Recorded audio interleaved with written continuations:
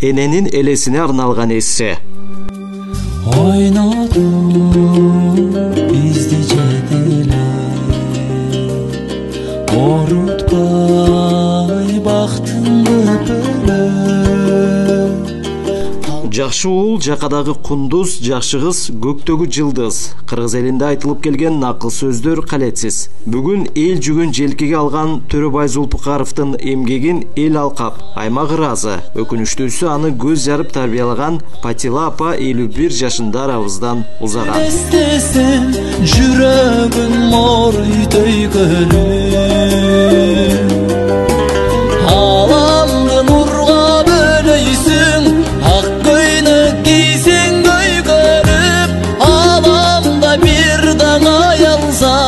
Жан дүйнөсү дарыядай шаркырап, мээримдүүлүк менен боорукердик оргуштаган Патила апанын ак сүтү элине камкор, ийле калып жеңилин жерден, орун колдон алган жигитти эр жеткирди. Айкөл апанын жылуулугуна жетилген Төрөбайы бүгүн элдин таянычына айланды. Тагдыр жазмышынан жалгыз калган энелерди балдары менен жаңы үй жай салып жайгаштырса, аялуу балдарды баккан энеге үй жайын эмеректери менен кошо белекке тапшырды.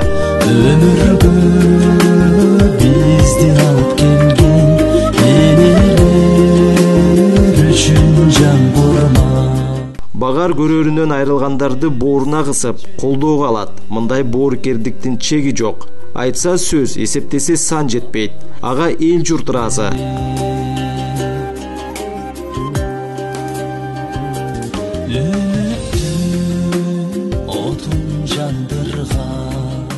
Бирок уулунун так өзүндөй ак сүт берген энедей айкөлдүгүн, тазалыгын Патила эне көрбөй узап кетти. Эгер бүгүн арабызда болгондо, ал уулу менен сыймыктанмак, дагы өмүрү узармак. Бүгүн Патила эне 70 жашка чыкмак. Бирок анын жан дүйнөсүндөгү марттыкты уул кыздары улантууда. Ошондуктан да бүгүн кайра Патила эне жөнүндө сөз кылып, анын адамдык асыл сапаттары, энеге гана таандык касиеттерин эли уулунан таап, сезип турганы эненин уучуланып, улуу касиети адамзатты жакшылыкка жетелегени ары сыймыктуу. Анткени уулу төрүлгөндө ысымын Төрөбай атап, белгилүү мамлекеттик коомдук ишмер Төрөбай Кулатовтай улуу инсан болсун деген тилеги орундалды. Улуу айда чогулган улуу кичүү Патила эненин элесине таазим этип, ал эризиге жеткирип билим, тарбия берген уулу Төрөбай Зулпукаров эл жүгүн алып, элине ак кызмат өтөп, эненин улуу тилектерин орундатып, эненин ак сүтүн актаганга эли журту чексиз ыраазы. Берүрүктүн кызы элең атежем, жаркылдаган пейликенен, үйкенен, көркөм мүнөз көрктүү кылды сенежем, сиңдилерге сыймык элең жан эжем, кайын журтка сыдыкый болдуң апежем, уул кызга урматтуу болдуң пакежем.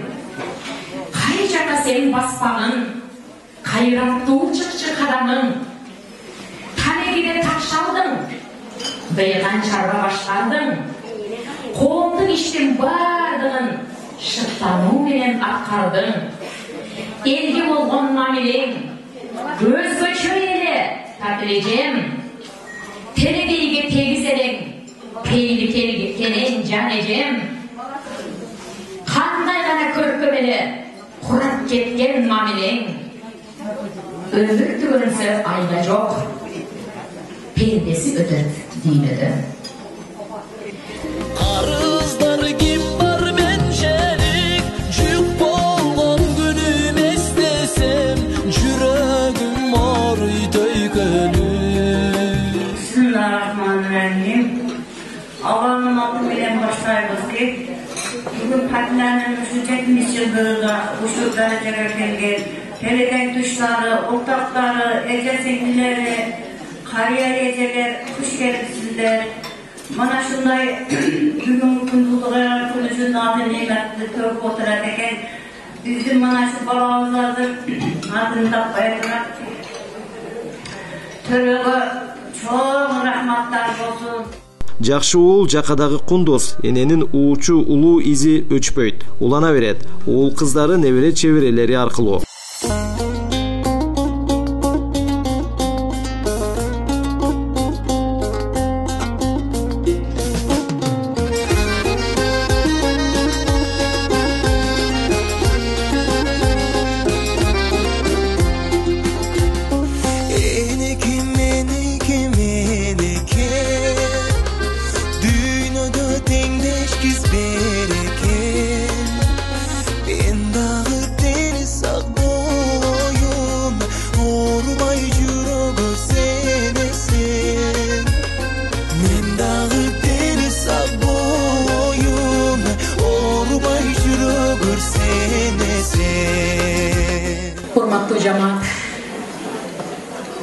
алтындай болгон апалар, ажарлуу эже сиңдилер, көркөм келишкен жеңелер, достор, караңыздар, бүгүн кандай мәртебелүү, кандай кубанычтуу күн. Аллах Таалам Рамазан айын тагдырыбызга жазып койгонуга хамд, шүгүрлөр болсун.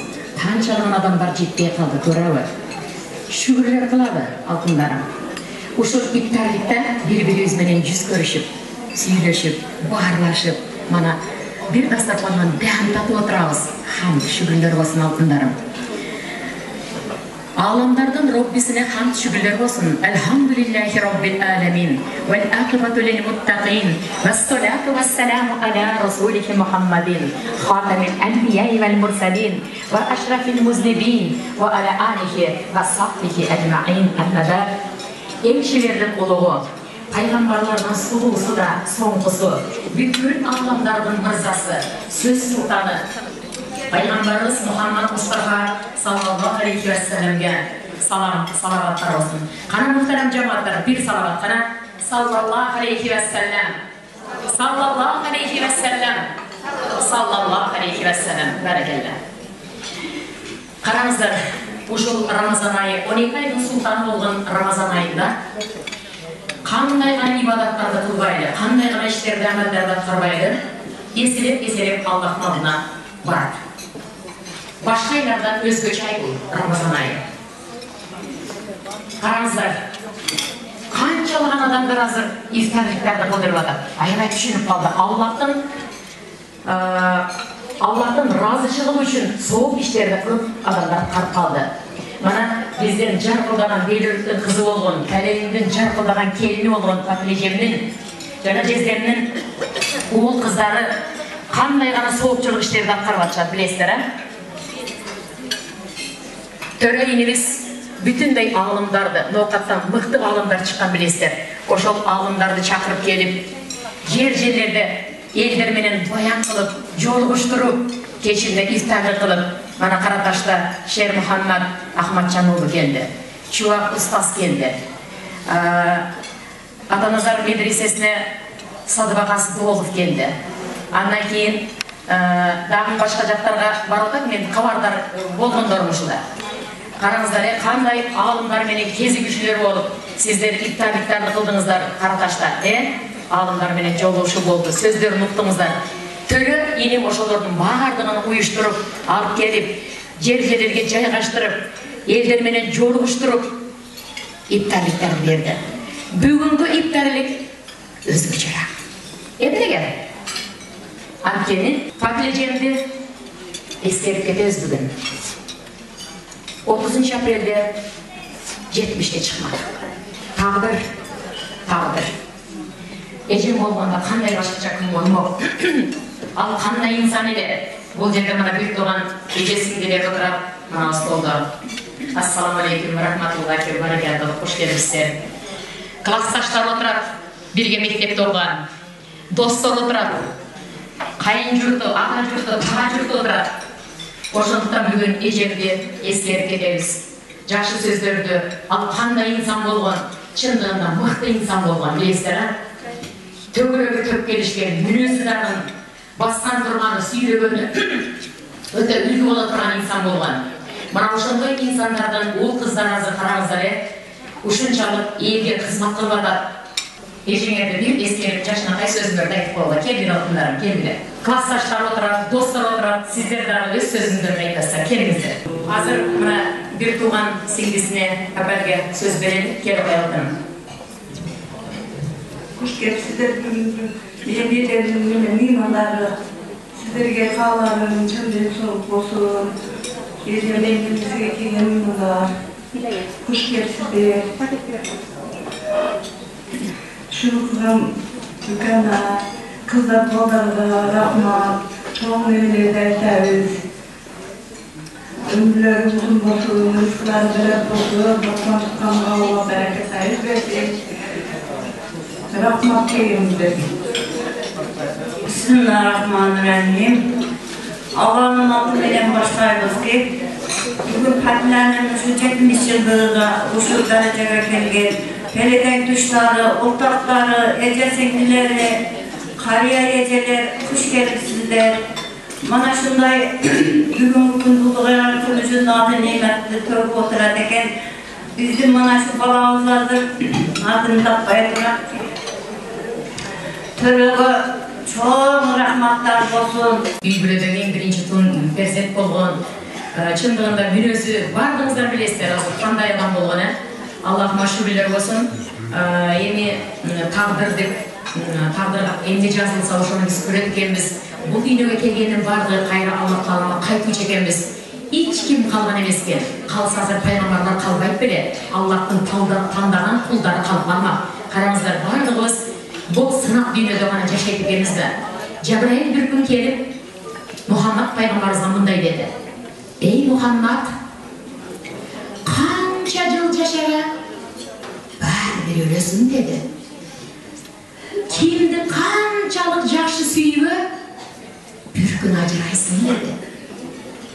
Kanday yaşara, namaz menen bir, ibadatlar menen bir, cebbeyi namaz var, bari bir Allah'ın aldı varıp, cevap veresin, cezalasın, cesini opanasın. Bu deyen söz. Peygamberimiz Muhammed Mustafa sallallahu aleyhi ve sellem'in ümmetlerine, mağa sağa sizge barınızga değiştiğini söz bu. Karanızlar, kança yaşamayla, kança yıl, bari biz ketip ekemiz. Kimdisi böyle acayip ekemiz, karanızlar. Bu, uşunday sınav dünyaya. Rahmat, hazır men, uşul eceminin birinci kızıga kel aldım. Zuraş kayıpta.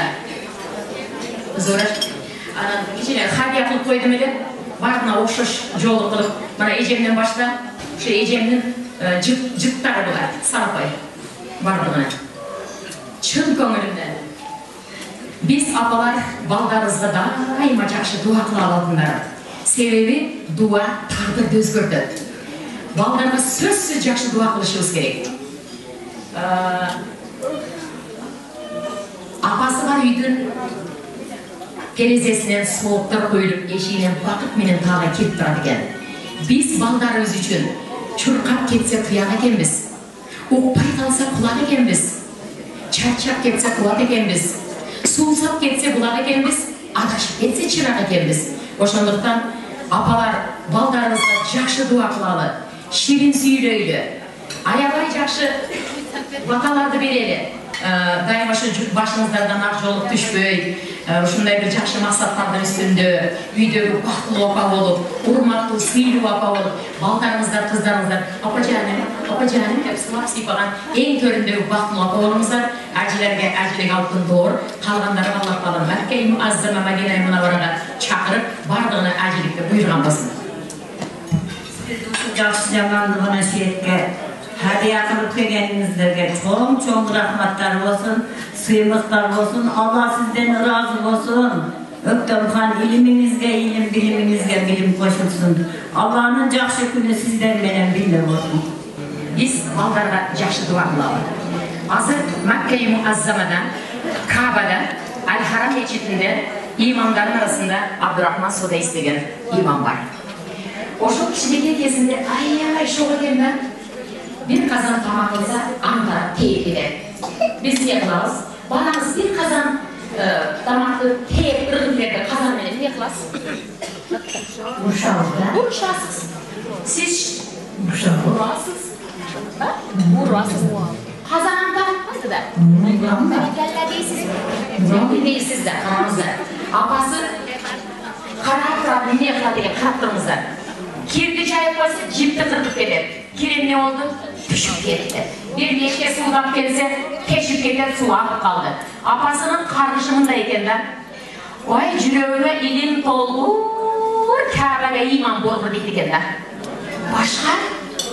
Başka sözü yok eken. Karanızlar. O vakit öptü. Niyeti ketti. Allah Allah'a cihetti. O şimdi bana çoğmayıp Kabe'ye iman oldu. Ne bir şarkı sultanda anı yerçip aklında uyup namaz okup kaldı.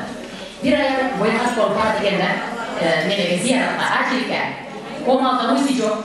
Kursağında emri kirekenini bilbey. Anan Abdurrahman Sudais dep oku atsa Mekke'den.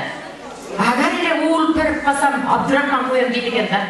Karamızlar ününü, karamızlar avazını okugan Kur'an'ını dep. Gelgenden keyin ana Aykül'de жетip, ул көріп Абдурахман қойса, кейін қайсы бір Құран жарышта бірінші орын қалады. Ниетті қараңыздар. Біз жақсы ниет қылады. Анкені жақсы ниеті не? Жарымыз, жарымыз. Жақсы. Elhamdülillah. Қана бір саламат қыздарым? Sallallahu aleyhi ve sellem. Sallallahu aleyhi ve sellem. Өзбекстанда Ясин Қантөрі деген кіші жашайды екен. Баласы атасını қарап, мешітке барып, кішіне қызмат қылып, атасы қары барып отырып, кішіне ақылдан адашып қалады екен. Балам, үйіме жеткеріп қойшы, өзімді де үйіме жеткеріп қойшы дейді екен. Десе баласы машинаға отырғызып, ал көше, бұл көшеге қыдыртып, қайрап келіп, ата, үйімізге келдік десе, өз үйім қандай жақсы я, балам, рахмат дейді екен, баяғы үйге келіп. Күн ошандай болып, атасы тағына қартайып атады. Бір күн машинасын сатып қалып бір іштері болып, машинада қаттабай қалдым дейді. Атамның басқасасы көбейді дейді. Балам, үйіме жеткіріп қойшы. Өзім үйіме жеткіріп қойшы десе, қорғауға шықсам араға тұрады дейді. Арабаға төшіріп салып, атамды отырғызып, деп анан кейін қорғауын ішін айландырып алып келіп, ата, кеттік үйге десе. Вай, балам, өзің үйім қандай жақсы, рахмат етпішті. Анан атасы отырып, мен разы болдым балам, кел сана дуа қылайын. Барықту, нарықту, мәртебәлі болып, артыңнан дүние падишалары ерішіп қалсын, әмин деп тұрды. Мен де, ой, қайсы дүние падишасы ерішіп мен бір айында жешесен. Нә ішім болса, нә машинем болса, нә башқа болса, атам еме, ақылдан азында жинде болып қалды да, дедім дейді. Ошындық күндер өтті. Бала оқуды. Оқып, илімдерін арттырып, Ташкентке барды дағы дини мекемені башқарып қалды. Абылай Самарканди деген алымдың кәлемнің жылдығы болып, Ислам Каримов бүтіндей мұсылман мемлекеттердің падишаларын шақырады. Ана бір жерге зияратқа жөө басыш керек. Ошонда бұл кеші барып бір жерді жетектеп қапты да дини мекемені. Мені шақырып дейді, қарекен, қана алдыңызға түшін. Жылды көрсетем деді. 5-6 қадам басы өлі.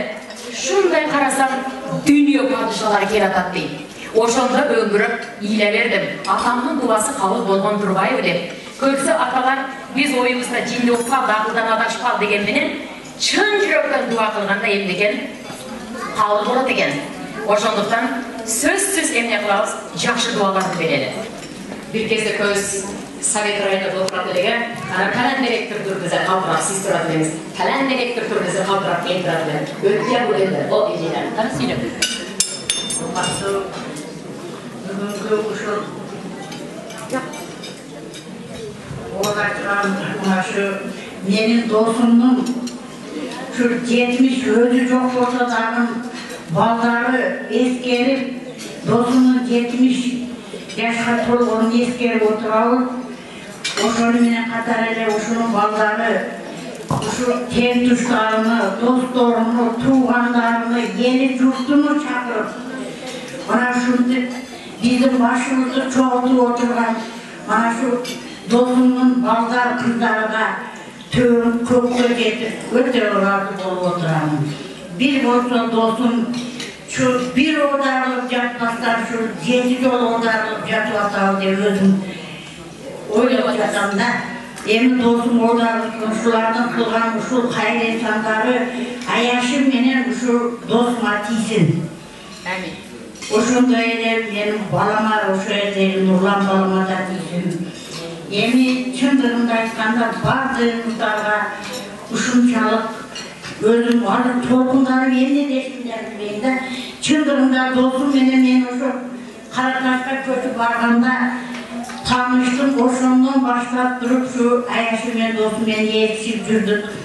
Paypaka bulup, akça kalıp çık desem bile bir tutarsa akçanı kalıp çıkıp.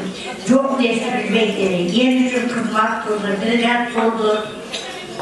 Şu işler, yer degende büyüğüm, öyle yer kelmen çaptı, kekmen çaptı, taneki çaptı, buğday, topladı buğday tap, yerim dep durup, çünkü bayağı kolumda yoktur bu, şuna bir koyulup, dep şu berip hayır esan kılıp жүргөн dostum mana aralığından çındığında ketti. Emi mana bırak dağılı biz aralığında yaşamayacak diye oylayımında gördüm. Adır uşun emeklisan bizde külüp vardı karatlar. Ben bugün oşa dostumdum. Uşun çalıp külüp yerim de suyunu oturgan uşun kartı etti. Ballar kızlarına hadi yapılamam. Annen keyin uşu ballarına. Bana şu benim baktığımda körüp dursun. Bizim aramızda bana şu yaşam atar. Bana şunu baktığım dedim. Şunduktan ben uşu bana bundan da ballarının nerede öte verişini kalayım. Uşu yer için hırmat kılıp, yer için hırmat kılıp kanımı ben çın yürekten kalayım, balları kalıp uzun ömür kesmez dövlet, dağıt gömsüzün üstü bere versin, bay dövletini versin. Aynerim kefeyim. Bir karat koymuşsun. Bardığımızdan kuş gelir. İstediğinizde. Buna bugün özü törü şaşırış bir işleriminin özüm katışan degemine. Durup o ayakları ökmörünü şeker şaşıp ketip kalıptır. Oşunduktan törü var, şu derinde buna baldarı var deyip yeleksetip koyunlar. Bana bir ilham kep kalgasır. Siz Cenab-ı Hak verip görünen iyi. Ben de çiğmelep koydum ede, ecemde. Ok bereyim. Belirüktün kızı yelin atecem. Jargıldagan peylikenin, üykenin. Körkün münöz, körktüğü kıldı senecem. Sindilerge sıymığının can ecem. Kayıncıkka sıddıkı boldum apecem. Oğul kızga urmaktı boldum paklecem. Kayıcaka sen baspağın, kayrattığı çıkçık adamın. Tamegide takşaldın, dıyıgan çarba başkardın. Qoğumduk işten bardığın, şıktanı menen atkardın. Elge olgon namelen, göz göçöyle paklecem. Teregeyge tegiselen, peyli kenen can ecem. Kanday gana körkömele, kurat ketken mamelen. Ömür tügönse ayla yok, pendesi ötet dinede. Barda bugün Allah'tan dep paygambar. Tündügün, jatkan jerin jaylı olsun. Жақшы көргөн жан ежем, ақыретің абат болсын, алтындай болған апежем. Мүнөзің жарып Аллахқа, келгізсін сені жәннәтке. Аллах берген перзенттерің, ел үшін дайын қызматта. İftardық қылып бүгінді чұрқап жүрші бұл жақта. Елден алып батасын, дәулетман болып жашасын. Anan törege de жазып koymuyor. Akıllı kırgız elimden, sıymığı nokat jerimden. Akına satı jaraşkan töreva enim aman bu. El müdösün aktaman, köp işlerdi atkaman, sayasatta kaynagan deputat enim aman bu. Paydalı işler kütüp durat, taştaydı degen kadamdı. Жаратқан да жақтырат сендей диндар адамды. Перзенттердің мақсатын райда менен көре бер. Денсаулықта болып дайым, uzun ömür süre ver. Elden алып батасын, қызмат қылып жүре бер. Урматтуу, сыйлуу көре бер. Мен бұл жақта дағын айымдар отырап төрді. Сатқын ежем, сатарға досым шақырып қояды. Урматтуу апалар, эжелер, сиңдилер. Bugün bir jagı bayanıştуу, bir jagı kuvvanıştуу bir okuyanın üstünde oturabız. Tatlılar özü bolup, şu жерде жүрүп болуп, анын 70 жылдыгын азыр чогулап өткөргөн болсок кандай жакшы болор эле. Бирок эми жаратылыштын жазуу экен. Биз кеткенди кайтара албайт экенбиз. Эми Абдулла жашында кыз кезинде эле өзүнүн бир туугандарынан айырмаланган кайраттуу, анан мындай тилгарагыраак кыз эле. Менен мурда кандай айтып кетти, кандай бала тарбиялаган, кандай кыз тарбиялаганын менен жакшы билесиңер. Иши эми жаткан жери жайы болсун, бейиши болсун. Калган балдары неберелери тынч болсун. Ошонун arkasından mındak patatu var turganlar bayağı bir zırı var ya Ömer kırdıran asaya eski çıktılar. Oşo arkasından mındak eskere turgan işin ulantıp kete turgan ballar aman olsun. Uşulardın jeri soğukları jakşı olsun. Kudayım uşularga bersin. Emin eğer de oşa dünya çın olsa bazı oşa yakar görsün. Масап неже саламатсыздарбы урматтуу бүгүнкү ушул эскерүү көчөсүндө отурган курдаштар, эжелер, сиңдилер баардыгыңыздар ушул кеч бизге бүгүн ушундай кутмандуу кеч болуп бизге жакшылык алып келип, жакшы сөздөрдү айтканга, жакшы дуа кылганга бизге мүмкүнчүлүк болуп жатат. Мен дагы Патиле эжем менен 93-жылдан баштап иштей баштадым. Мен ошондо билимканага директор болуп келип 95-жылы биз Улуукаттагы Караташтагы аялдар, активдүү аялдар 10 аял чогулуп Караташ айымдары деген фонд уюштурдук. Ошол фонддогу эң активдүү аялдардын бири ушул Азаттын эже туура белгилеп кетти. Эженин мугалимдик билими болбосо дагы мен таң калам азыр дагы.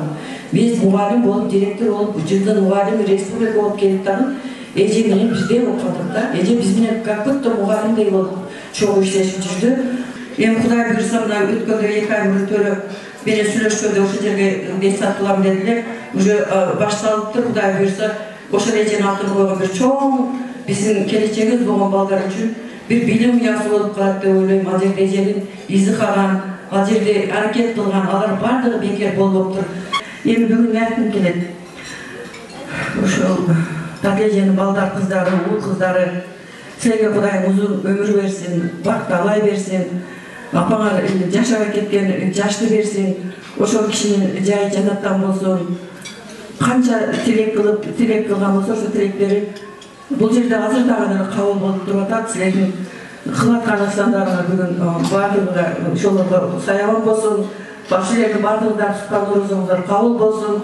Бүгүн кандай жакшынакай ойдо келсеңиздер, ушул көп адамдар чын бияка сүйлөнө жатат. Ошол ойлогон ойлоруңуз, тилеген тилектерибиз, каалаган ошол дуаларыбыз эжеге нур болуп чачылып турсун. Рахмат сиздерге. Кыздар да кыйынкыздар. Саадат болсун ушундай. Тоонун поту ушундай. Саткын эжем ушундай. Алла тоонун кутундай. Отуребеңиздер. Жакшы, Алла разы болсун. Классташтарды даярдап туруңуздар сиздер. Дагы менин көбүңүздөрдү билбейм. Балки бир шу айтат элем ушундай мага сөз берме кой да өктүм деген немеде жүрбөңүздөр. Мана чыгып мен айтайынчы деп чыга бериңиздер. Мен көбүңүздөрдү тааныбайт экенмин. Апалар биз ошо апалардын ролу үй бүлөдө аябай чоң да. Эркектерди мырзалар, күйөөлөрдү же үйдө калабыз, же паскалдабыз да. Biz ortalık katamayız. Neytralitette. Erkekler bir otalı öyle olacak ki paskilette. O şolu adı cebelenmiş bizim kolumuzda. O şolda ilgi köylünün kiyimlerini bölüp cumuş çeker. Arkadaşlarıyla. Allah'ın şunları köylülerin bizi köylü varlaşıp ettiğinde şu an için bebe olup gelmişler. O şolun olduğunu bölür ve cumuş çayı koysak, cumuş bütük dövmeyi koysak, anlayacakşı. Şu jakşı sözlerimiz aytarlı. Жақшы көріп, жүректеріңіз езілеп кеткенде, сені жақшы көрім бе, сізді жақшы көрім бе деп айтып берейінші, иә? Қараңыздар. Ана олып кетеді, олып кетеді дедіңізді. Қараңыздар. 18-ci қылымда, қаншаншы қылым деген? Ана оқпай отырсыз қараңа, 2 жол айтсам не дейді? 18-ci қылымда, қаншаншы қылым деген? 18-ci kılımda Kazakistan'ın batış ülkümünde Esengildi degen kişi yaşaydı.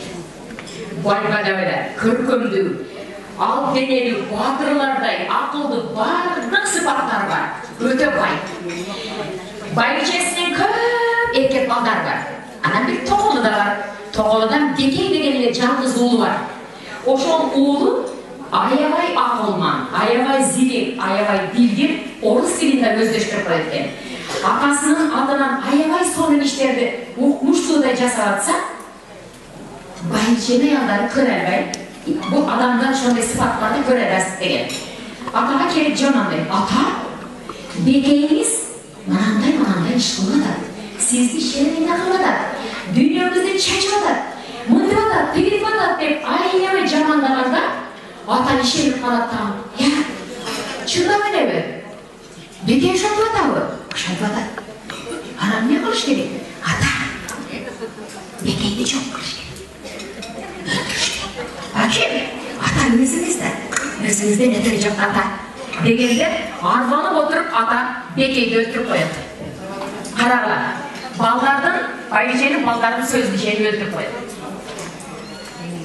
Ошону баягы Бекейдин аялы аябай тың келмеген да, изилдеп отуруп, кайнатанын көз атасы, баланын атасы өлтүргөнүн билип, далилдеп, казыга барып документтерди коюп коет да. Мына, анан казы чакырат да, о, эсең келди. Ким өлтүрдү? Эшин мен өлтүрдүм да, шундай байкаласыз болду. Конун эмне кылыш керек? Бүтүндөй байлыгын бериш керек келинге. Дегенде келин эмне деди? Бир шунун кадырын түшүрөйүн, ага акчасын кереги жок. Кадырын түшүрөйүн деди да. Мен байлыгын албайм. Ата, балаңызга буйруган байлык мени бактылуу кыла албайт. Сиздин үйүңүздө жети атаңыздан бери келе жаткан кундуз жакалуу торунуз бар. Ошону эле бир дебелеп коелучу деди. Демек эркектин тонун дебелебеңиз, мабада түшүп дебелеп койсок, түшүп билип көрбөй калып. Дәррөө кабып өйдөгө илип астагфирулла келтиребиз. Эркектин кадырын түшүрөбүз десек, тонду дебелебеш керек. Дебелесе кадыры түшүп кетти. Эгерде биз жарайсыз, сиз мыктысыз, бардык иш колуңуздан келет деп мактасак, дарыңыздан чыгар менен ошол сыпат адамда кайра көзгө көрүнүп, ana ошол киши жүрө жарайт да. Эй, Лапашан, сен колуңдан эмне келет, бар жоготчу десе, эшикке чыкканда башкалар ана Лапашан дейт экен да. Караңыздар, ошондуктан биз мырзаларды, күйөөлөрдү, кимдин таксырлары бар болсо, мактап, келдиңизби, намазга бара коесузбу? И келдиңизби, кийинге чайлаша коелу, сыртынан да жалып эле деп. Мен азыр такситерден дасыгер бар байларда. Аягын жакшы көрөсүңбү? Айтпайсыңбы? Ой, ичи коюнчу дейт, окуй коелу. Нанды кандай жеп жүрөсүң? Ай, жабат дейт, шок айтат. Деп колдоруна өттүм. Ай, деп чоч кетет.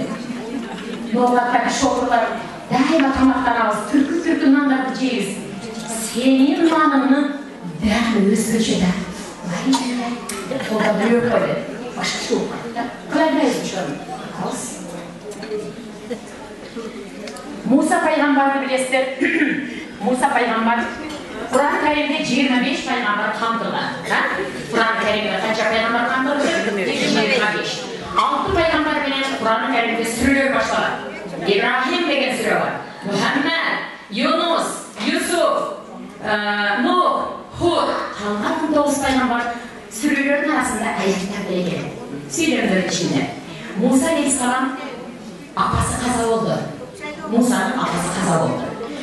Жерге коюлду, келип туруп, күндө ушундай жумшак төшөктөрдө жатып, аппак кийимдер менен фариштадай болгон апамды ушундай ыстык жерге беремби я? Деп эстен танып калды Муса пайгамбар. Эстен танып калды Муса пайгамбар. Бир кезде өзүнө келип, астагфирулла, мен баланы билдеп тапканышым керек да деп апасыны коюп, боздоп ыйлап чыгып келатса, Аллахтан вахий келди. Вахий эмне? Ыйын кабар. Пайгамбарлар билет аны. Эй Муса, бүгүндөн баштап этият бол. Эй Муса, бүгүндөн баштап этият бол. Эй Муса, бүгүндөн баштап этият бол деп 3 жолу айтты Аллах Таала. Муса 400 жолу сүйлөшкөн деп китептерде келген. Я Раббим, мурда сүйлөшкөндө мынтип айтпайт элем го. Эмне апам өлгөн күн айтасың? dese Allah Teala'nın görer. Musa, sen köçüge çıkıp giderim benim apam. Ya Rabbim, Musa'm köçüge çıkıp gitti. Köçüdeki apatlardan sakta. Asman yerden gelgen baliyelerden sakta. Boğurum ap gelip koyçu deydi de, ben ap geletirim. Bugünden başlap alağan yok, dua yok, bata yok dedi. Demek apalar, ballar kaytarlı. Rusya'da ballar var mı? Var ha? Anam söyleştiğinde, balam, Musa'nın tarıkına gidip vereyim, uşunday oluptu. Deyip durup, apa canım, dua vereyim desin. Ha? Ne desin? Dua vereyim. Dua vereyim. Жақсы жүр біле ya, esen bağlı, etek bağlı edip koyuyoruz da, ha? Apo, dua verince, Apo, dua verince, ne öderirge kaytarı? Mektepke ketip bırakıp, eni canım, Tayno, eğer kolumuzda kızın balarıcısı, dua verince, mektepke amanisen barışpar, amanisen kayışpar, kayıpay karşılarlar. Gördüğünüzler boşalduktan, tınımsız emniyet kalız, dua veririz, bağlarına dua veririz. Allah'ın cahil dua veririz, altında yoldan apalar. Klastaşlar, hana gelip koyumuzlar için, kes çıkıp koyumuzlar. Hana bir salavat altınlara, sallallahu aleyhi ve sellem, iyi, babacan, sallallahu aleyhi ve sellem, iyi. Sallallahu aleyhi ve sellem. İyi, Sallallahu aleyhi ve sellem. babacan. Yaxşı, hana. 53 kadırtı bir adam kaldı. Ramazan ayında gün. Çuvagacı ve sonun sözlerinde bir günü. Akırkı 10 günlüktün taksanı deregile, cüksanayan deregile. Oşo 10 günlük Katar menen niye kırı ötkürüverbile dedi Kadir günde. Karamızlar, 50 sebepte Kadir gün dep ataldı. Kana klastaşlar, gelinizler. Oşul ayında Patlıcan'ın bir klasta okuyan klastaşlar. Karamızlar, klastaşlar. Bismillahirrahmanirrahim. Hoş gelipsiz mana şu Patla Dostu'nun 70 yıllık nivesiga kelgen Төлөбектен uyuşturgan Oğuz Açуу keçesine bardыk asıl zat eneler. Patla menen biz 10 yıl birge okuduk. Patla aktivist, jakşı, şair kız ele. Ömrü kısa eken biz uşunday kaygırsak ne kılaylı. Jakşı uğuldardı tarbiyalap ketken eken arkasından dua kılışıp atat. Ilayım uşun Төлөбектин ömrü uzun bolsun, rızkısı egiz bolsun. Töbek bolam sana mana şu gelecekte keng gelecek eling üçün kızmat kılgan apam okşogon jakşı insan bolgun. Apam akayıpın öte kıyınçılık zamanda eldi bakkan. Men köp jol uçuraşkanmın. Boy kamaz menen unap kelgen eket partan dost. De oşontip süyleydi de. Oşo kıyınçılıktan jabırkap ömrü kıska oldu. El jer üçün kızmat kılıp ketti dese emele bolot Patla. Kaçan korsam şu bir iştin üstüde şaşırıp jüröte de. Patla, jatkan jerin jaylı olsun, bugün bir odarılıp jat olsun.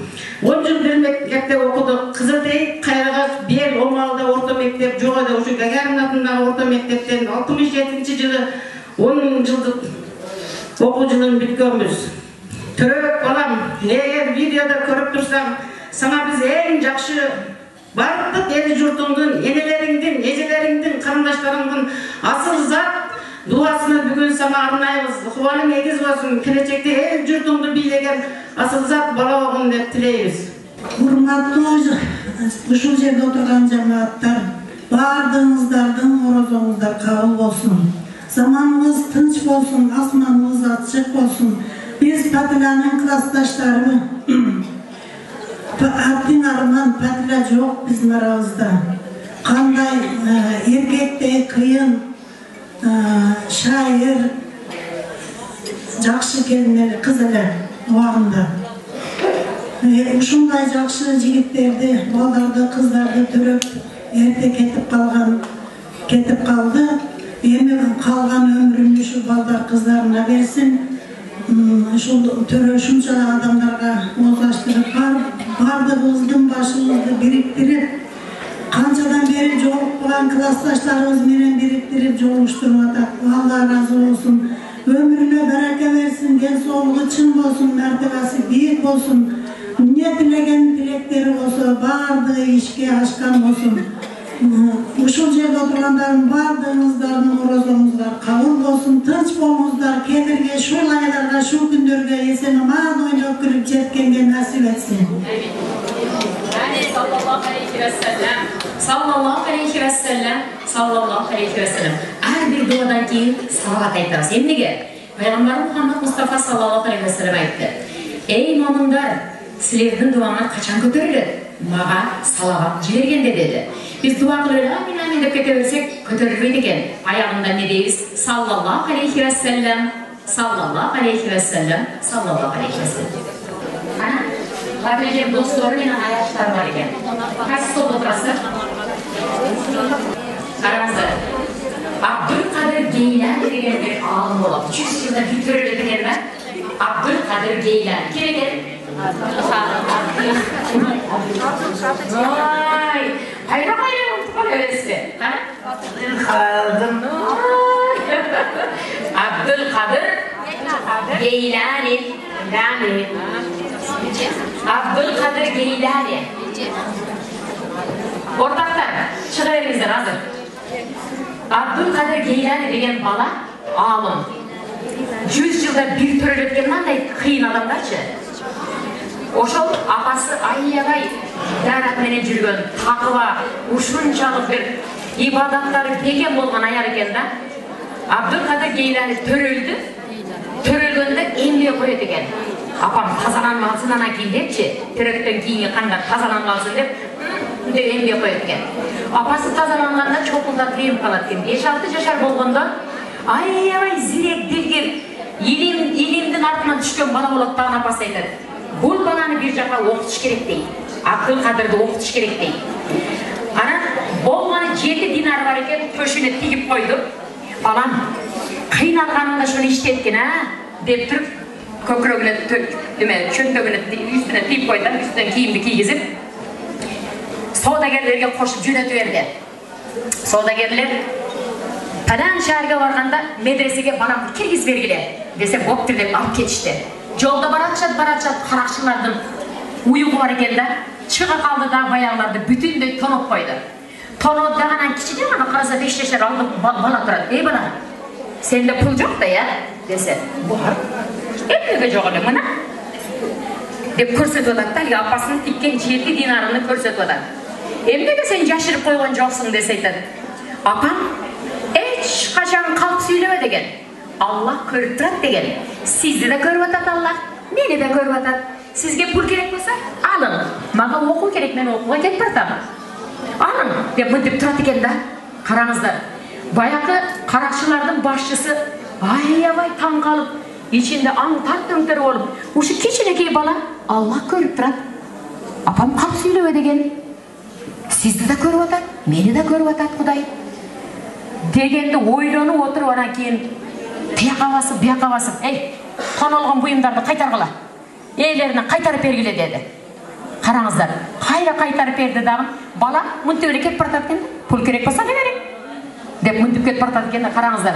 Кийин барып издеп Абдülkadir Geylani'ni таап, баягы ошонун шакирти болуптур. Мана апалардын таза сүйлө, калпты сүйлөбө, чындыкты сүйлө деген балдарыңызга ошентели. Макулбу? Эмне дейт экенбиз балдарыңызга сеним?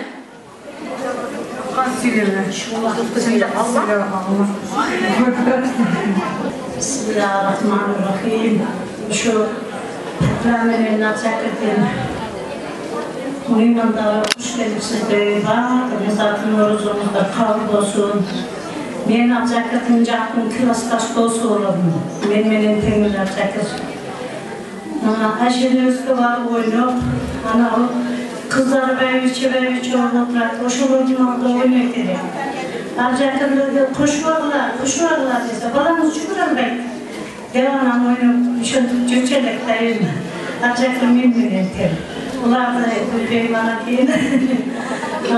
Arzakımın tatlarını jetken jeri jaylı olsun. Kudaya şu Allah'ın özü şu kılgan meselelerin bardığın nesanın nabiyatlı Allah'ın özü rahmatı alsın. Şu kızlarına, ballarına olsun ömürden soğuk versin. Eli yurtunu selalan, uşu balavuzda, körü balavuzda. Allah'ın nurun tövbe baskan kadınlarla. Allah özü koldosun. Daima televizyonda çıksa da suyunuyoruz bu şu. Bunlar Acaklı'nın babası, Acaklı'nın babası. Tatlılar da biz böyle bir geçiyoruz. Bir turbanımız, oyunumuz, yürümümüz. Benim yapılan cebleri cebri olsun. Kuş sizler bağlı olurlar. Kuşun hayvanlarını veriyor. Şu terbiye dersler, terbiye anlaşıyor. Apasının üyüne başlardan ne kadar ceket. Kul baraka düşkün ciğer aşırı özünün üyüne. Daha uzun şey böyle. Bağlarına Allah'ın şu kıldan nerselere kesin şöyle oldu. Kuş sizler rahmat tuzlarını oynamayın. Ömür görürsün.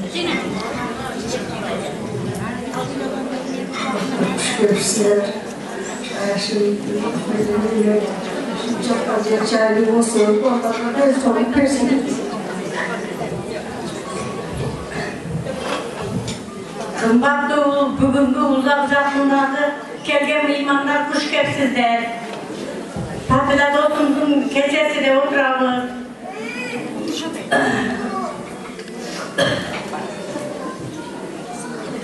Papilat olsun. Жатқан жердің жайлы болсын, топырағың торқа болсын. Құдая şu oğdarını alған, Allah'tan avuç bu şiyette көрсетпеген немелерді ошақта көргін. Балдарına uzun ömür versin, çeksiz vakit versin, қажыбас қайрат, күч қуат versin. Şu бардығы seni de балақан жайып туақылы verdi, топ-топ, mançayını içilip, iftarını açtırып otar. Anarkanından teni taza olsun, ömür uzun olsun.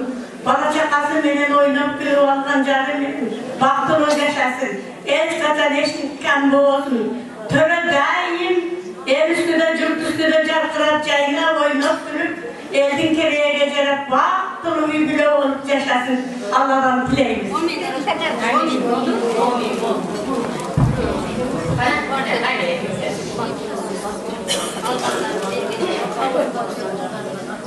Apalarına qanday maqtov jirashar, apalardan kim sevimli talashar, apa menen tengdeş albay. Hiçbir can bardiq maqtov apalarga jirashar. Kudagay keliniz, jezdem nejeleri, kelingizler. Nejemin kayınjıktan, qana, kay nejeler, kelingizler. Kelingizler, nejeler. Kımbatlı şu Patilat olsunun ünvanları.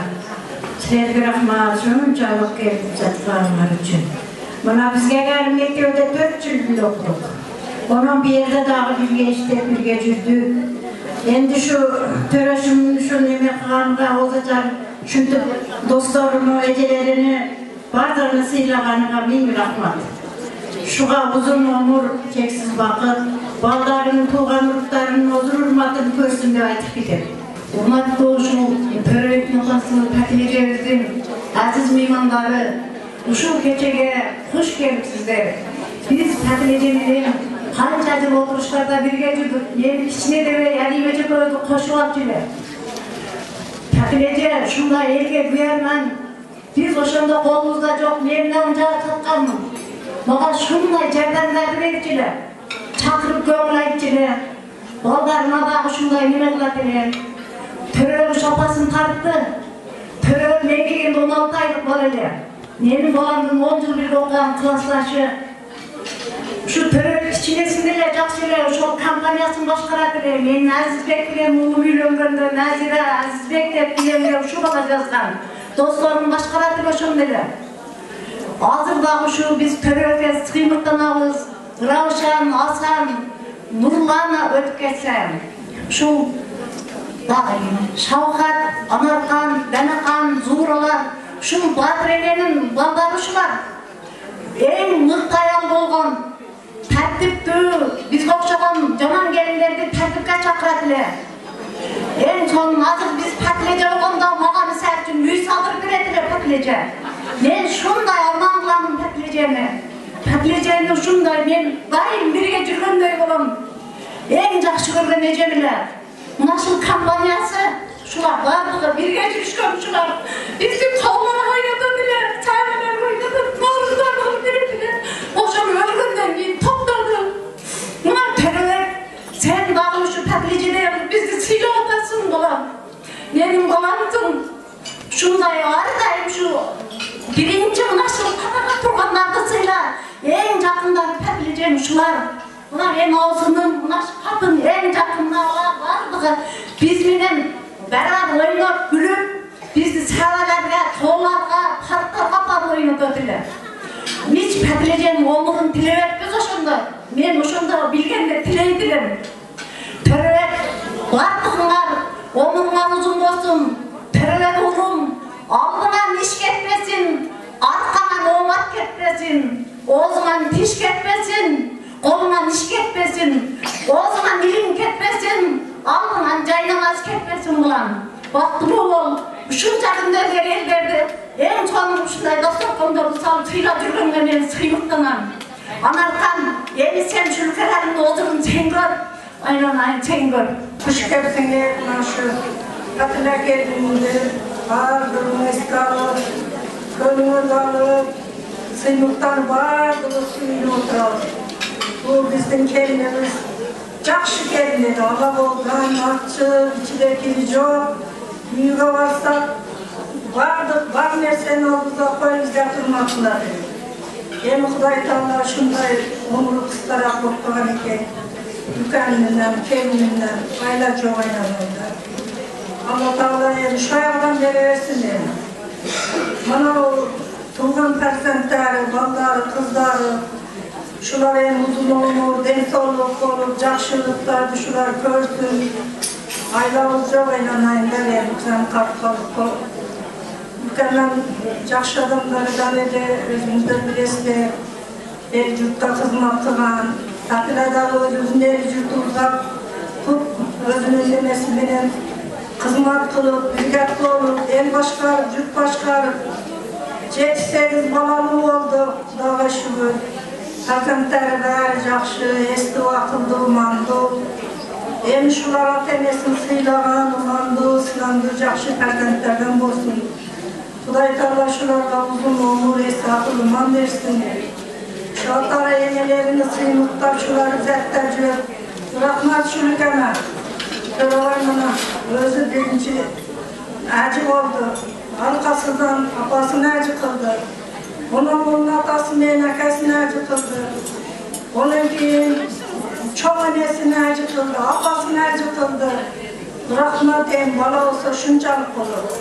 Bana yeni yeni yuttu sıylap.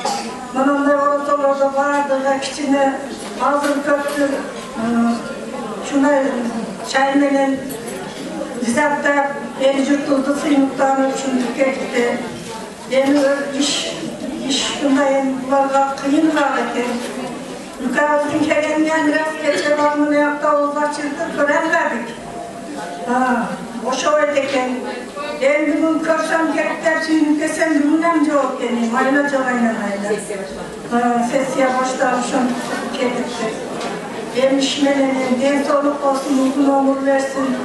Alganı benim koşa karısın, bana çakası ömürlü olsun. Kalan tuğan urtları bari, eski vakıldı, mandı, ıstılı, baktılı, gazetlerden olsun. Vardı, koşkunlar benim koşa karısın, bana çakaların olsun görsün. Bundan başka ayrıca rahmat. Kuş kepsler, benim Patila odamının bugün 70 yıllık demesiga ketken eski hükümete ketken mehmonlar. Patila odam turganda gül bari çok ayıptı, iş nerse kalmadı. Şunday bolsa dagı düzököz, buda olup nasip şunday eken. Bir kundaydır şükür, başkaça süyüngönler esimde barda şu. Buda olup birinci nevremde daha körgödü, var çok Allah'ın buyruğu menen bolatken. Şunday süyünü etedi de şu özümüzdün ele bayağı durgan gönel adamlarımız jakşı. Bişkek'e varıp buda olsam ben bir biçara olup ele burçakta kaldım. Bana endi biz bir jarkıra başkaça buda olduk dep süyüngön günlerini eskerem. Şu buda olup uzakka jakşı, şirin buda olup jürerlerdi, budaga şükür. Hem onun bir yanına kendim 3 balalı oldu, kızını köyge bireyim dep kaldı. Şu nevresinde körgön çok, Allah'ın buyruğu şunda eken. Emin ne deyiz, kolunuzdan iştege kelbet, onun keyin bu Abzakir Budam'da öttü, şunda işleri var eken, peşine de. Kudaga şükür, arkasında kalgan balları, kızları vardı, şu Patileceğim. немесini işe aşırılmayan oy maksatlarını aşırıp jatar. Ben çok sözler aytıldı, şu ötkür, kurç, aytkandan kaytpagan, Kudayım ede, şu kuda koşup, kuda olup, kudaga şükür, mana Patilece'nin kızı da müşnevveli, mutbaldı, men bular alışta жүрген üçün, şu men şuların bardığını esevden bugün bunday neme ekeni bilbey daha keldim, men 70 yılda düşünmördüm çok terkedesiyle keledi. Mayli şunçalık eskerip, şunçalık mene turgan üçünü ellerge, dostu jallarga, turgan uruklarga rahmat, şular eskerip dayın neme bulgan Töröge, Şakatga, Ravşen'ge, bardık baldarga, Sanga, mına Anartan'ga, Zura, bardığa, emin kendim alışır olsa da şunun adına bardığına rahmat, Allah razı olsun. Şuntu her birimizin arkamızda kalgan balдар kızlarımızı şunçalık sıylap şunday kılıp eskerip dursak kana. Yani şu bu dünyada körbe ketse de bu dünyada şuların nemesini görüp жатsa gerek. Ben ne diyeyim endi? Allah razı olsun şu kelgenlerge, şu Töröge, daim mertebesi uluk olsun. Şu elden hizmetini kılıp Patilece'nin jetmegen işler, katkapagan işlerde şu Töröge katkarıp жүрсün. Rahmat şu Töröge, işilgeri buluversin. Daima iş üstüde жүрüversin. Şu men aytarım şu. Korkunlar söz. Rahmatlı, kadırlı, Patilece'nin kızlarının kadırlı konukları, buna janatan beri kelgenden beri Patilece'nin ömür tarjımalı, başı ötken jolu boyunca kelgeri, dostları, klastaşları bir işlegenler ayetime düştü. Oşunda olsa da men de kişini aytıp koyup 90-жылдын май айдарында Чечмесай колхозу, Чапаев колхозунан жарымы, Груза колхозунан жарымы, Чечмесай колхозу болуп бөлүнүп чыккан. Ошол учурда мен бухгалтер болуп өткөнмүн Чечмесай колхозунда. Patilece'ни кече эскерүү кечеси болуп 70 жылдык деп уккандан бери баскан турганы, күлүп сүйлөгөндөр баардыгы кечеден бери менин көз алдым элестеп атат. Açık münöz, jaydары, tak, bagı, үлгүлүү аялдардын бири де, сүйүктүү жары де, татыктуу бул кыздарды тарбиялаган эже катары биз сыйлап билет элек. Ошо кечеден бери көз алдымда элестетип, Кудасы биз эжеге жагына айтып аттым, мен кечеден бери Patilece менин көз алдымда элестеп атат. Эми бул татыктуу кыздарды улап кеткен екен, мына бұл қыздарды ескеріп 70 жылдың бері атышат. Эми айтарыбыз жаңадан бері айтылып, дуа кылып атышты. Бұл қыздардың алтын баштары аман болсын. Үй бүлөсүндө тынчтык болсын. Дайым элдин керегине жараган ноокаттын, оштун, сыймыгы, кала берсе караташтын сыйлыгы болуп жүрө берсин. Дайым жакшылыкта учурашайлы. Жаңадан бери айткан сөздөр барды кабыл болсун. Сиздерге дагы орозуңуздар кабыл болсун. Келе жаткан кадыр күнүңүздөр менен дагы куттуктайм. Рахмат. Өтүп учурашып калыңыздар. Ушундай экенде жакшы адамды Әл-Хадия Шүкран. Siz bana bilgi verseniz Allah'tan sizge sandıklarınız toz sapay olup, toylarda elinin üstüne çarpıp, kıymanınız bütün bolup, ömrünüzde bereket. İlgili Kalinin orta mekteğinin muhallimleri cemaati biz şu semyanın ballarının bağımlıklarını okutup geletağız. Ana kişine atap gelgen eleklerimiz var bile. Buna ömür bizden ötüp geçse eylemdekten eskersinde buna bugün biz ejebizdi, baytebizdi eskerip oturgan günümüz. Keçe sadikte salvatkanı ayıktım ele. Жақсы ата-енеден, жақсы қыз, жақсы іштерді шарапаты деп, мына жақсы қыздарды тарбиялап қойған екен, қанша деген жақсы іштерді ноқат емес Қырғызстанның деңгейінде шеше тұрған закондарды шығарған, біз сыйлықтана тұрған ұлдарды, қыздарды тарбиялап қойған екен.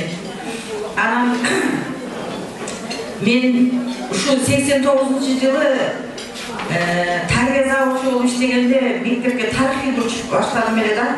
Анан ошондо Патиле эженин дагы тарыхый бурчун кылайлы, ушу чыган аялдардан да кылабыз деп мен барсам үйдө байкем бар экен, чал бар экен, анан ушундайга келдим эле, эжемдин сүрөттөрүнөн, грамоталарынан көрсөтсөңүз деп барсам, бир кичинекей чамадан бар экен. Чамадандын бир чамадан грамота бар экен. Анын ичинде сүрөттөр бар экен. Анан көрсөтүп айтты, мына ушу каалаганыңды танда, анан бул ушул сүрөттөр деп бүт баардык Кыргызстандын, ошол малдагы СССРдин грамотасына чейин бар экен. Ушу бир чамадан. Анан сүрөттөрүнөн тандап, анан ошонун ичинде мен биринчи жолу Төрөбайды окутканмын да, Төрөбайдын апасына арнап жазган ыры бар экен. Анан ошону алдым дагы окуп көрүп ушунчалык толкундандым. Ушунчалык ички дүйнөсү менен жазылган экен да. Анан барып, ошол тарыхый бурчту чыгарып, аны физика кабинетине ачылышын кылып, Патиле эжебиздин азыр 1 класста өзүнүн бурчу бар. Аны бир эмес 2 жолу заманбап кылып ошол кабинетти жасадак кылып оформление кылып беришти. Мына канчалык деңгээлде энени сүйө турган балдар, кыздар. Мына азыр баарыбызды тең топтоп башыбызды бириктирип, жакшы сөздөр менен эскерип, мына канча толкунган, канча жакшы сөздөр айтып атат. Рахмат силерге. Ушу жакшы мен төрөгө минтип бир кат жаздым эле да. Сүйүүсүз бакыт болбойт депчи. Биз постоянно айтабыз, бактылуу болгула деп.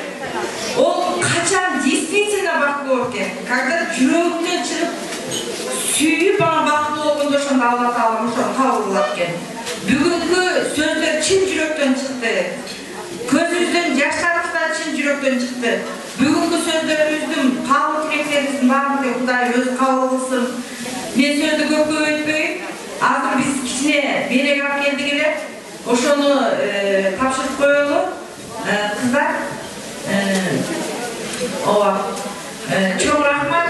Баарыбызга тең чынден соолукта болгула, бактылуу каалайлуу болгула. Сиздерге дагы ушундай улуу кыздар насип кылсын. Ар дайым ушундай жакшы күндөрдө чогулуп жүрө берели. Эжесиздин кызматыңызга да чоң рахмат. Илимизге рахмат. Биз коллегабыз, курстучубуз. Ошон үчүн баарыбыздарга тең бактылуу күндөрдү Кудай насип этсин. Бактылуу болуңуздар. Окуучулардын, апелелердин жүрөгүнөн тилек тапкан мыкты мугалим болуп жүргүлөр. Амин.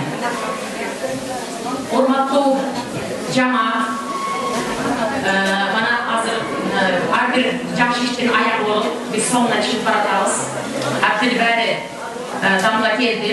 Азыр бир Кур'ан окуп койсо, анан тыйын аттап койсо, أعوذ بالله من الشيطان الرجيم بسم الله الرحمن الرحيم الحمد لله رب العالمين والصلاة والسلام على رسوله الكريم أما بعد السلام عليكم ورحمة الله تعالى وبركاته. Урматтуу коноктор, апалар, энелер, эжелер, куш келипсиздер. Аллах Таала ыйык Рамазан айында туткан орозоңуздорду кабыл кылсын. Өктөм эжеке, сизге дагы рахмат, Аллах Таала ыраазы болсун. Ушул айтып берген алтындай болгон сөздөрүңүздү Кудай Таала кабыл кылсын. Жана кыяматта кыйрат кылып, сооп кылып кайтарып берген болсун иншалла.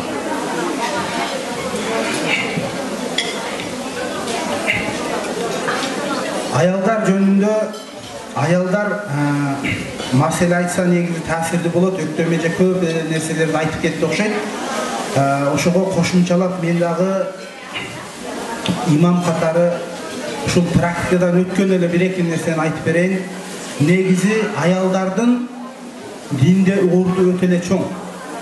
Себеби Кур'ан-ы Каримде караңыздар, 7 кабат асмандан түшкөн Кур'ан-ы Каримде аялдарды мактаган абалда, аялдардын ордуну белгилеген абалда Ниса деген сүрө түшкөн. Аялдар үчүн Ниса деген сүрө түшкөн. Жана дагы андан да Кур'ан келелек алдыңкы тарыхка кайрыла турган болсок, тарыхта аялдардын кордолгону дин келекте. Кордолгону бизге маалым болот жана ачыкка чыгат көрүнөт. Дин келгенден кийин аялдардын урматталганы көрүнөт. Жана пайгамбар хадисинде аялдарды эң урматтуу даражада кылып. Караңыздар. Момун мусулмандын жашоосунда арзу кылган жери, ахиреттеги бара турган жери жаннатты аялдардын кадамынын астында деп айтып койду. Караңыздар, анын пешенесинен өпкүн, урматтагын анын колундан өпкүн дебеди, балкимне аягынын астында деди. Путунун астында деди. Бул дегени энеңди ушунчалык даражада урматтагын, сыйлагын деген нерсе. Эми аялдарга тиешелүү маселелерден кыскарта берейин сөзүмдү, себеби убакыт аз калды. Ата-энелер, яни көбүрөөк аялдар жөнүндө караңыздар. Аялдын сүйлөгөн сөзү дуа болот. Баласы жөнүндө кандай сөз сүйлөсө дуа болот. Болгон окуя өзүбүздүн Караташта болгон окуя. Пасык деген сөздү ким билет? Пасык деген сөз неме деген сөз? Фасык деген сөздү билесиздерби? Фасык деген сөз. Фасык деген сөз бейнамаз деген сөз. Зарасы токтубой калган адамды фасык дейт. Жаш бала 23-22 жаштагы жаш бала зарасы токтубой калыптыр. Медицинага барып текшерсе сууп өткөн тигиндей болгон, укол алган башка болгон, бирок айыккан эмес. Караташта болгон окуя, караңыздар. Айыккан эмес. Анан дамыла ушундай болду деп келип калды. Карадык, медицинага бар, дарыланып, талыпка бар, тигиге бар, барды болбогон. Эч нерсе болгон эмес. Өзгөрүү болгон эмес. Анан ойлондук, тигиндик карадык. Буга бир дуа кылып койгон эмес бекен, ата-энеси бир нерсе деген эмес бекен деп анан сүйлөшүп отуруп, жини келип урушканда апаңыз неме дейт эди деп айтсак, фасык деп айтат эле. Ой, фасык деп айтат экен, караңыздар. Анан ойлонуп көрүп, фасык деген сөз бейнамаз деген сөз экен. Анан кайсы маалда зара тамчылайт десек, Аллаху акбар деп азан чыккан мезгилде сарасы тамчылайт экен, караңыздар. Азан чыккан мезгилде. Азан бүткөндө, жамаат намаз окуп бүткөндө токтойт экен. Ол намаз окуйт экен, бирок жамаатсыз өзү. Бирок азан Аллаху акбар пешинге чыкканда тамчылай баштайт. Аллаху акбар асырга азан айтканда дагы тамчылайт экен сарасы. Анан жанагы балага айттык, ата-энеңиз тирүүбү? Тирүү. Барып айтып ачык эле. Сиз ушинтип урушкан экенсиз. Алла Таала дуаңызды кабыл болуп кылган экен. Азыр ушундай болуп жатам. Мен сиз тооба кылың, мага кайрадан бир жакшы дуаларды бериң. Бирок альхамдулилла көп убакыт өтпөдү. Ата-энесине барыптыр, ыйлаптыр, айтыптыр. Азыркы күндө намаз окуп жүрөт. Альхамдулилла, кандай десем, эч кандай оорудан калбады. Из да калбады дейт. Оорудан из да калбады. Ошон үчүн өзүмө кийин баардыгыңыздарга насаат кылып айтамын, аялдарга, балдарыңыздарды урушкан мезгилде жакшы сөздөр менен. Ой, акылдуу болуп кеткир, түшүнүктүү болуп кагыр деген абалда урушуңуздар. Акылдуу болуп кеткир, түшүнүктүү болуп кагыр, ой, Кудайдын ыраазылыгын тапкыр деп урушуңуздар. Себеби сиздердин оозуңуздардан ар бир чыккан сөз бул дуа болуп эсептелет. Ар бир чыккан сөз бул дуа болуп эсептелет. Ошон үчүн балдарды урушканда, балдарга ачууланганда өзүңүздөрдү караңыздар, дуа берип атасыздар. Дуа.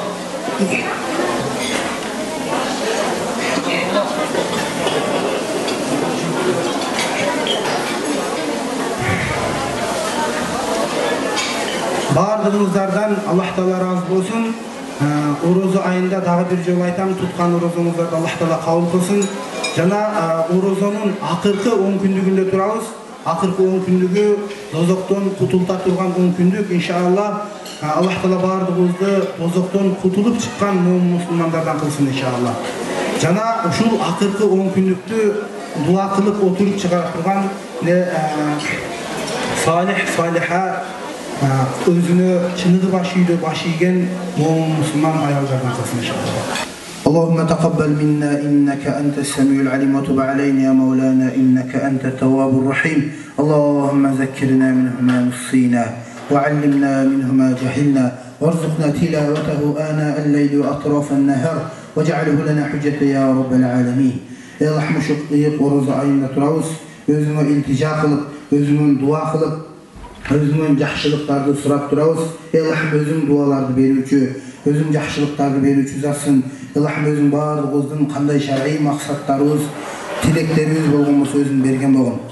Allah'ım uşul ihsanga sebepçi bolup atkanlardan da kanday şer'i maksatlar bolğanmasa özün orundatkın. Allah'ım uşul ihsanды uyuşturganlardan, jana ötkөрüp atkanlardan da kanday şer'i maksatlar bolğanmasa özün orundatkın. Jana ötüp ketken eje karındaş, ata ene, ata babalarındağı özün uşul ihsandan bolğun soğupturdu kıyrat kılıp oşularga özün bergen bolğun. Ey Allah'ım, dünyabızdın negizi bolğun dinibizge bekem kılgın. Jana uşul dünyabızdın negizi bolğun dinibizden özün adaştırбагын.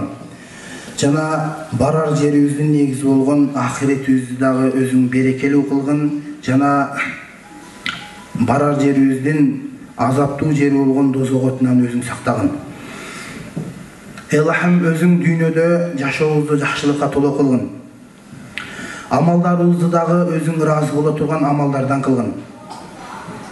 Амалдарыбыздын эң жакшысыны өлүм мезгилинде бергин. Аллахым бардыгыбыздын жүрөктөрүбүздү өзүңдүн диниңе жана өзүңдүн ишенимиңе бекем кылгын. اللهم ثبت قلوبنا على دينك وعلى طاعتك. اللهم أعز الإسلام والمسلمين. اللهم бардыгыбызга берекелүү ырыска, берекелүү балачака, берекелүү байлык, бекем хидаят, туура жол чын ихлас бергин. اللهم إنا نسألك لنا بركة في الرزق والعمر والأموال والأولاد والأخلاق والهداية والرحمة من عندك يا أرحم الراحمين. اللهم أنت ربي لا إله إلا أنت سبحانك خلقتنا ونحن عبيدك. اللهم لك سمنا وبك آمنا فاغفر لنا ما قدمنا وما أخرنا. ربنا آتنا في الدنيا حسنة وفي الآخرة حسنة وقنا عذاب النار برحمتك يا أرحم الراحمين. Чоң рахмат, урматтуу келген коноктор, барыңыздардан Алла разы болсун. Бүгүнкү иш-чараны уюштурган Турбай Закировичке жана анын жакындарына ыраазычылык билгизебиз. Келгениңиздер үчүн чоң рахмат. Muhterem cemaatler, aman esen жетип алыңыздар, жакшы үйүңүздөргө жетип, пайгамбарды түш көрүп, саардыктарга туруп, акыркы күндөрдү сонун даражада өткөрүштү Аллах таалам насип кылсын.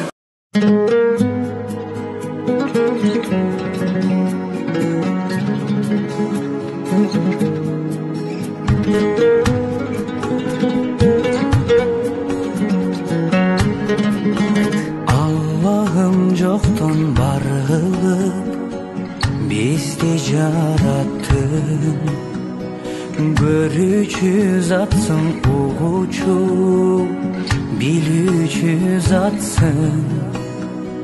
Жашоодо биз жасап каталык, сыноону билбей, сезбей жашадык.